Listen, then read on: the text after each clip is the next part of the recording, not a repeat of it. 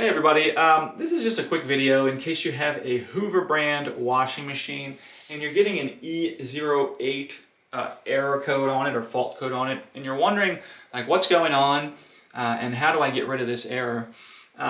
So first of all, the E08 error is an error with the detected spin speed. So it's saying that it's spinning faster than it should or slower than it should.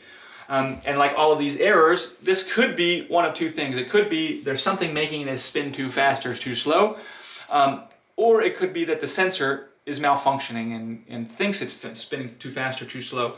And so unfortunately, this is an error that you're almost always going to need to have someone come look at.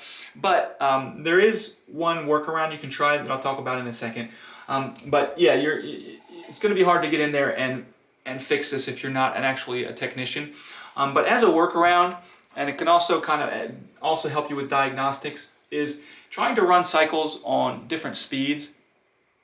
You might find a cycle that it will work with, like if you do a slow spin cycle or a gentle cycle, it might work, especially if you're just trying to make it work while you're waiting for the technician to come fix it.